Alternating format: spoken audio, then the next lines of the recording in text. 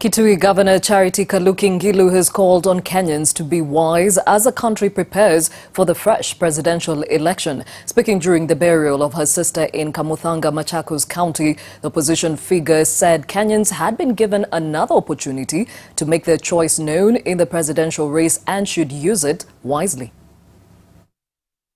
And I pray for the bad people to be out of our way.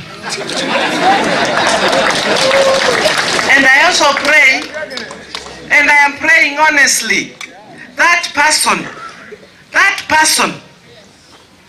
who went and they killed Chris Musando and they took their finger to go and mess the election, to be removed from this country, to be removed one way or another.